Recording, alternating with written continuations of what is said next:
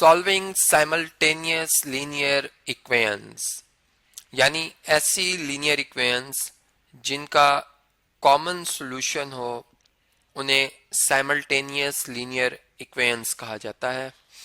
हम एक problem solve करेंगे यहाँ पर, जो इस तरह से है कि if the numerator and denominator of a fraction are decreased by 1, the fraction becomes 1 by 2. If the numerator and denominator of the same fraction are decreased by 3, it becomes 1 by 4. Find the fraction. ये बात हम जानते हैं कि जो fraction है जिसे कि हम फाइंड करने जा रहे हैं वो इस शेप में लिखी जाती है, जिसमें x जो है वो न्यूमरेटर कहलाता है, ठीक है जी, और जो y है जो डिवाइज़र है इसमें ये डिनोमिनेटर कहलाता है, ठीक है। अब हमें ये बताया जा रहा है कि अगर फ्रैक्शन के न्यूमरेटर और डिनोमिनेटर में डिक्रीज किया जाए 1, ठीक है, दोनों को 1 1 डिक्रीज कर दिया जाए तो फ्रैक्शन 1/2 बनती है। यानी x जो न्यूमरेटर है इसमें से भी 1 माइनस किया, y जो डिनोमिनेटर है इसमें से भी 1 माइनस किया, आंसर आ जाएगा 1/2। तो इस तरह से एक हमारे पास इक्वेशन बनेगी जो लीनियर है, लेकिन अभी अपनी स्टैंडर्ड फॉर्म में नहीं है। इसी तरीके से अगर जो न्यूमरेटर और डिनोमिनेटर है सेम फ्रैक्शन मींस के फर्ज करें ये रिक्वायर्ड फ्रैक्शन है, ठीक है, जो हमने फाइंड करनी है, तो इसी फ्रैक्शन से हम अब न्यूमरेटर से जो है 3 डिक्रीज करेंगे। डिक्रीज का मतलब होता है कम करना, और डिनोमिनेटर में से भी 3 ही डिक्रीज कर देंगे, तो अब फ्रैक्शन 1/4 बन जाती है। ये इस तरह से हमारे पास दो इक्वेशंस आ गई हैं।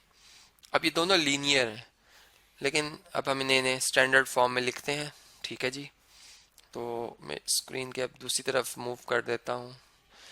अब हम यहाँ पर इसे सॉल्व करते हैं।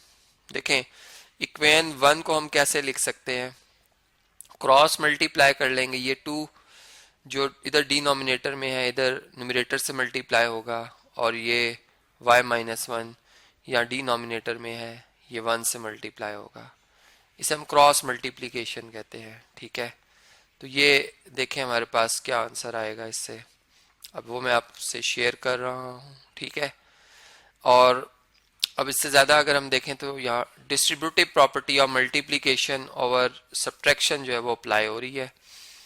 2x से भी मल्टीप्लाई होगा, 2 -1 से भी मल्टीप्लाई होगा, तो 2x आ जाएगा, जबकि यहाँ पर 2 -1 से मल्टीप्लाई होके -2 आएगा। जब हम किसी कांस्टेंट को वेरिएबल से मल्टीप्लाई करते हैं तो वो उसके कोफिशिएंट के साथ मल्टीप्लाई होता है, पावर से नहीं होता, ठीक है। इसी तरह 1 y से मल्टीप्लाई होके y और -1 से 1 आ जाएगा, ठीक है। अब इसमें हम ये कर सकते हैं कि वेरिएबल वाली टर्म्स एक तरफ और कांस्टेंट एक तरफ लिख लेते हैं, जिसके लिए हमें इन तमाम के एडिटिव इन्वर्सेस ऐड करने होंगे। तो वो ऑलरेडी मैं आपको बता चुका हूँ, इसलिए मैं यहाँ पर सिंपल जो इक्वेशन है उसको स्टैंडर्ड फॉर्म में लिखने के लिए ऐसा कर रहा हूँ। y यहाँ पर पॉजिटिव साइन के साथ है, दूसरी तरफ नेगेटिव साइन के साथ आएगा, और -1 ये -2 इधर शिफ्ट होके +2 हो जाएगा। तो ये -1 +2 जो है बड़ी रकम के साथ प्लस का साइन है, इसलिए +1 आंसर आएगा, यानी 2 में से हमने 1 सब्ट्रैक्ट कर दिया, ठीक है।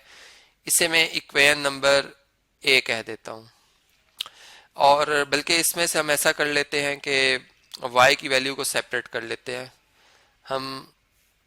हम ऐसा करते हैं कि जो हमारे पास ये -1 अगर इसको दूसरी तरफ शिफ्ट कर दिया जाता तो ये -2 +1 हो जाता, जो कि -1 के इक्वल आता, ठीक है। तो ये y की वैल्यू हम इस तरह से अलग कर सकते हैं, ठीक है जी। इसे मैं कह देता हूं इक्वेशन नंबर ए। अब अगर इक्वेशन नंबर जो 2 है इसमें डायरेक्ट ये वैल्यू लिख दी जाए फिर सॉल्व किया जाए, या पहले इसे सिंप्लीफाई कर दिया जाए और फिर ये वैल्यू यूज की जाए, दोनों से आंसर आ सकता है। ठीक है, मतलब यहां भी क्रॉस मल्टीप्लाई करेंगे हम ये इस तरह से, तो 4x-3 से मल्टीप्लाई होगा, साइन चेंज नहीं करने। ठीक है, सिंपल 4 का 1/4 का मल्टीप्लीकेटिव इनवर्स 4 दोनों तरफ मल्टीप्लाई हुआ है। ठीक है, और इसी तरह यहाँ 1 से y-3 मल्टीप्लाई होगा।